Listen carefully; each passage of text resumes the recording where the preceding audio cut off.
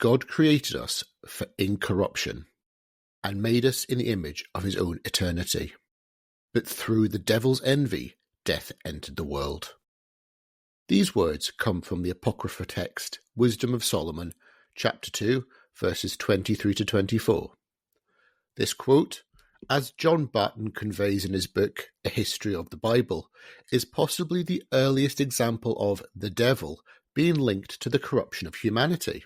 One of the cornerstones of Christianity, found within the Catholic, Orthodox and Protestant traditions, is the idea of the fall. Through it, it is understood that the first humans, Adam and Eve, were responsible for the introduction of sin into the world, which can only be made right through the sacrifice made by, and the belief in, Jesus Christ. That being said, what is the source of this doctrine? I mean, what does the source material actually say about this corruption of humanity and the role played by the devil? To find this out, we need to go back to the beginning. The very beginning. The book of Genesis, revered and respected by Jews and Christians alike, is where we must go. It is within the 24 verses of Genesis, chapter 3, that we see the first humans come undone. I want to look at the text and ascertain how much of what Christianity believes about the events of chapter 3 are accurate. How hard a fall was it for the first humans? How serious was their transgression? And most importantly, for this season of Cogito Ergo Pod, what role does the devil and evil play in it all? This is Cogito Ergo Pod. I am your host, Daniel, and in this, the first episode of Season 2, we are taking our first step into looking at the darker side of Jewish Christian beliefs by studying Genesis chapter 3, the introduction of sin to the world, and the supposed fall of man.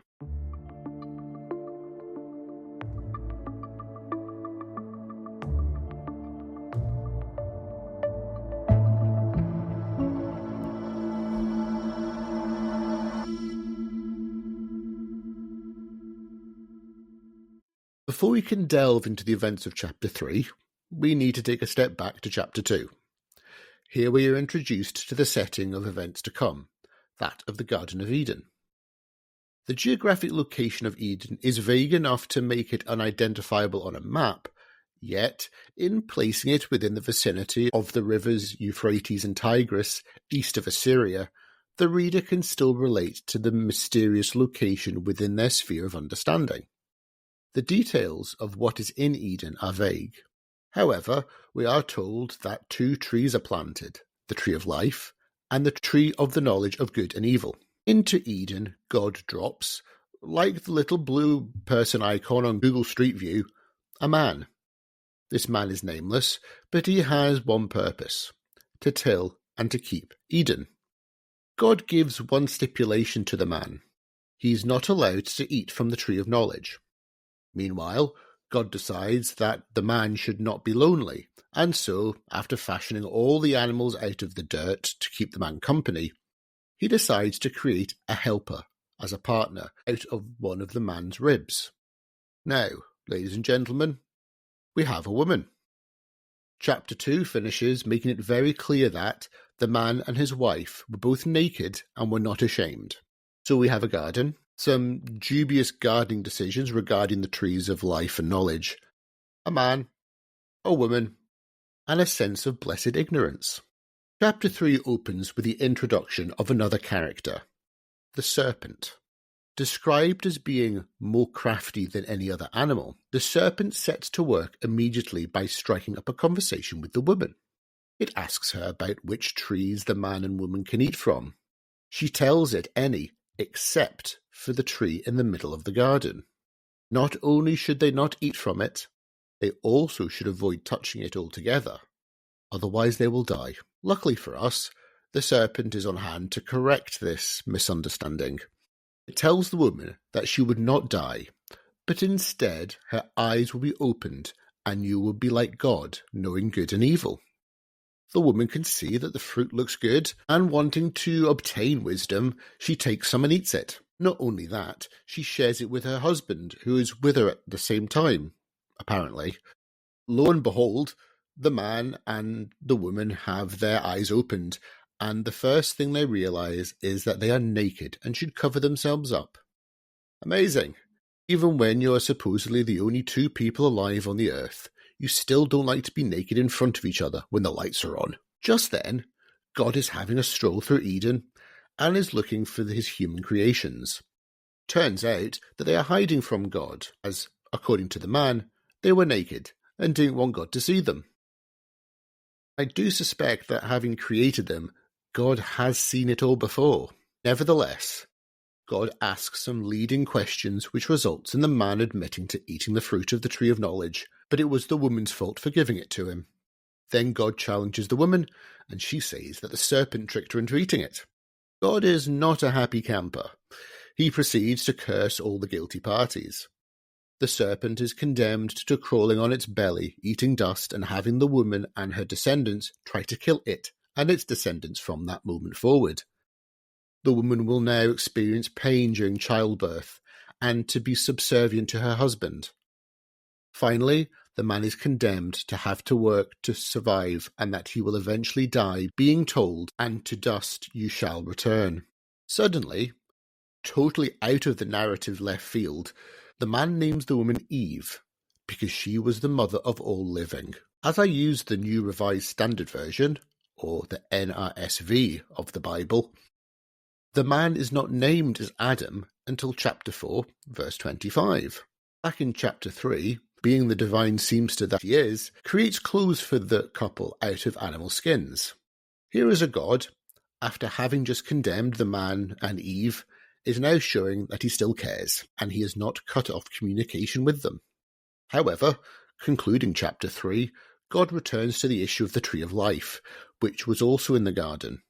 God speaks to someone that the humans could now, with their newfound knowledge of good and evil, eat fruit from the tree of life and gain immortality.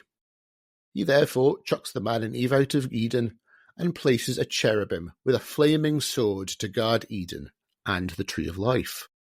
Chapter 3 of Genesis is a whirlwind in 24 verses. By the end of chapter 2, we have a perfect world, full of beauty and naivety. Then in comes the serpent, and just like that, humans have been ejected from Eden, given punishments that would be passed down the generations, and barred from ever getting back into paradise. So let's break it all down from the beginning of the chapter. Our antagonist, the serpent, is introduced immediately. It is described here in the NRSV as being more crafty than any other wild animal that the Lord God has made. Traditionally, the word crafty was used to describe someone as being skillful or ingenious. Unfortunately for us and for the serpent, over time the meaning of the word has mutated to mean someone who is skillful in underhand or evil schemes, cunning, deceitful, or just sly. Our modern understanding of the word may be the reason it is used. As there is no universally accepted translation of the Bible in English, there are a number of alternative words. The Good News Bible uses the word cunning, creating a similar image to that found in the NRSV.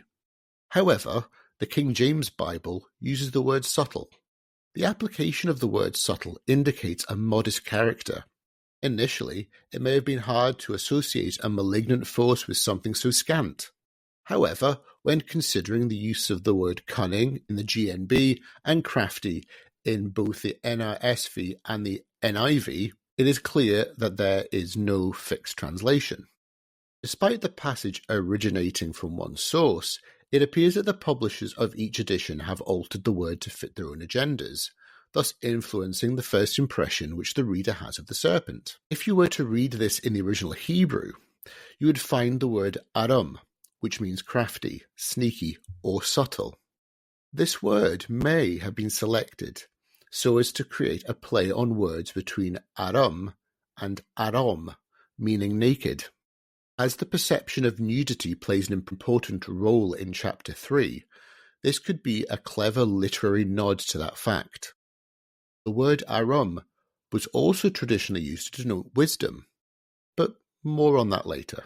Behaviour of the serpent as a tempter has often been one of the key arguments for it being a manifestation of what Christians understand to be Satan or the devil. However, the writers of this passage make it very clear that the Lord God had made this creature. They state the fact in verse 1. However, the counter-argument could be made that the serpent, be it an earthly creature or demonic force, was created by God either way. It was he who created the whole universe, and no matter what the serpent was, it would always be God's creation. The evidence from the passage that a serpent can talk must also make it convenient to link it with later manifestations of evil. How else could you explain a lowly animal such as this having the ability to speak? It would seem quite a folklorish approach to have a creature with the ability to speak. It is something you would expect to find in perhaps Aesop's fables. Well, if we look forward to the book of Numbers, we can shed some light on this. It is here in Numbers chapter 22, verses 22 to 30, that we have the story of Balaam and his donkey. I am so grateful that the NRSV doesn't use the word ass. Here God bestows the donkey with the ability to talk and argue with Balaam. It is not outside the power of God to have given the serpent the same ability. This would then pose a deeper question. Why would God give the serpent a voice? Perhaps the events of chapter 3 are all a test for the man and woman.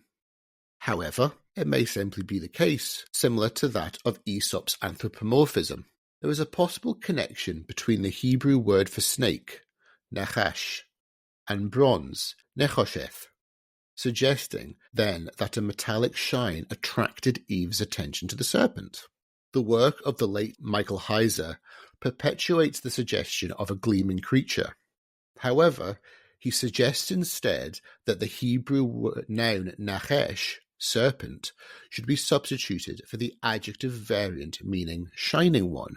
Results of this translation can lead to the establishment of a new culprit in the temptation of Eve, a divine, serpentine, shining being.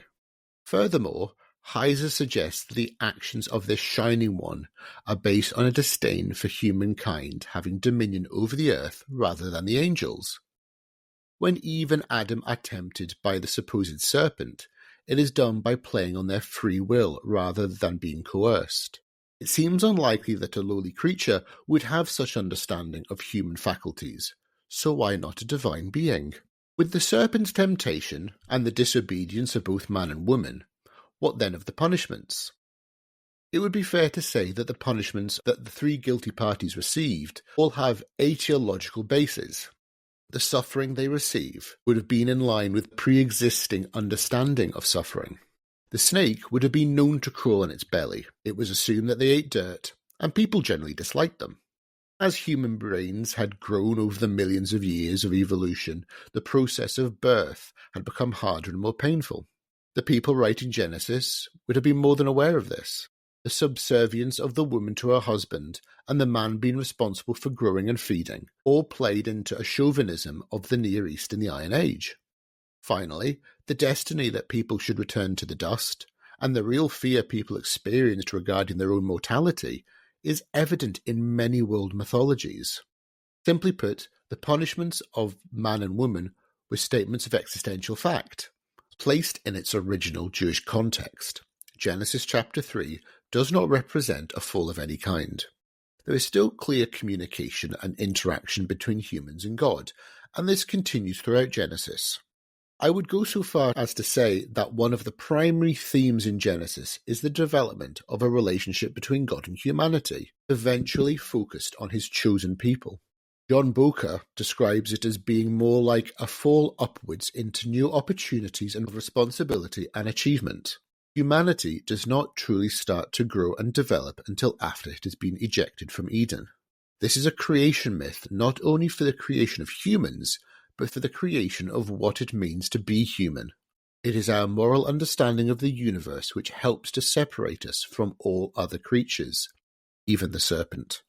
It is a form of wisdom literature which was all too popular in ancient Mesopotamia. Eve wishes to become wise, and a knowledge of good and evil is part of that.